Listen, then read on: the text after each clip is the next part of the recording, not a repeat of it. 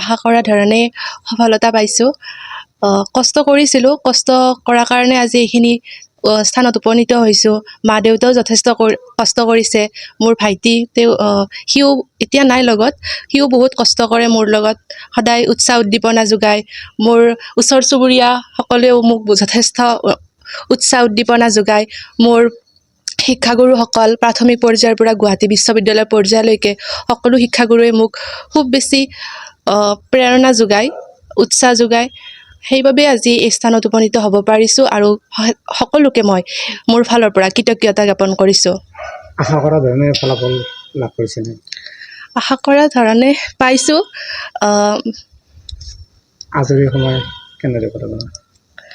আজৰি সময় মই লিখা মেলা কৰোঁ, কবিতাও আবৃত্তি কৰোঁ কিছু, কেতিয়াবা ভাল লাগে। তেনেকৈয়ে। উঠি অহা প্ৰজন্মক কি বাৰ্তা দিবা? উঠি অহা প্ৰজন্মক এইটোৱে ক'ম, তেওঁলোকে যদি কিবা এটা বিষয় ভাল পায় পিছুৱাই আহিব নালাগে। অসমীয়া বিষয়টো বুলি ক'লেও বহুতে নাক কুচাই দিয়ে।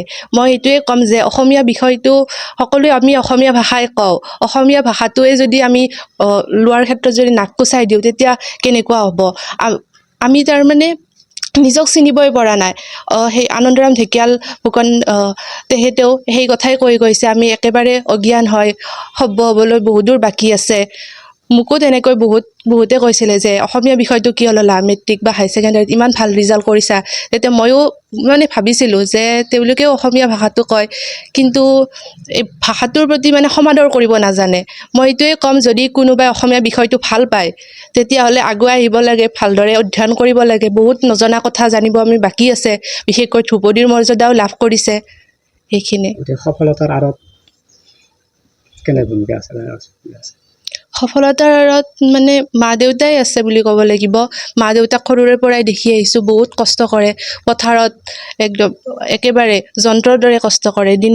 দিনে নিশাই আমাৰ কথাই ভাবি থাকে, আমি যাতে কিবা এটা কৰিব পাৰোঁ, মোৰ আৰু মোৰ ভাইটিৰ কথাই ভাবি থাকে।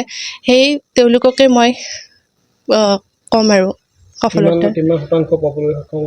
মই 8 পইণ্ট পাইছিলোঁ, 80%।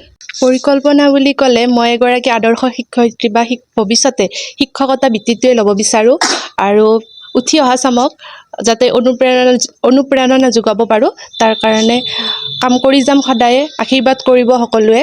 আৰু এই ক্ষেত্ৰত মই বিশ্ববিদ্যালয়ৰ ছাৰ বাইদেউসকলকো বহুত বেছি ধন্যবাদ জ্ঞাপন কৰিছোঁ। মোৰ নাম জেচমিন চৌধুৰী, ৰামদিয়া, কাজিপাৰা। কন্যা জেচমিন চৌধুৰীয়ে গুৱাহাটী বিশ্ববিদ্যালয়ৰ স্নাতকৰ অসমীয়া প্ৰথম শ্ৰেণীৰ প্ৰথম স্থান লাভ কৰিছে। সিহঁতৰ মাতৃ হিচাপে আপোনাৰ অনুভৱ কেনেকুৱা? মোৰ মই নিজে বহুত সুখী হৈছোঁ। যিখিনি বিচাৰিছোঁ সেইখিনি পাইছোঁ, আৰু যেন আগবাঢ়ি যায় ভৱিষ্যতে, যেন আৰু ভাল ভাল কামৰ কাৰণে আগবাঢ়ি যায়, পঢ়া শুনা আগবাঢ়ি যায়। ভৱিষ্যতে যি বুলি ভাবিছিলোঁ সেইখিনি ঠিকেই কৰি আছে, ভবামতে হৈছে। আৰু জানো যিবোৰ সকলোৰ পৰা যেন আনন্দিত হৈছোঁ, সকলো যেনে আগবাঢ়ি যায়, ভৱিষ্যতে সুখৰ কামনা কৰিছোঁ। এয়ে মোৰ ক'ব লাগে। কন্যাৰ সাফল্যত নিশ্চয় ঘৰখনলৈ এটা সুবাৰ্তা আহিছে। ভাল খবৰ আহিছে, এইটো মোৰ ক'বলগীয়া। বহুত আনন্দিত হৈছোঁ। ভাইটি, মোৰ ল'ৰাটো ছোৱালীটো সুখী হৈছোঁ। আমি মা দেউতাও দুয়োটাই সুখী হৈছোঁ, বহুত আনন্দিত হৈছোঁ আৰু।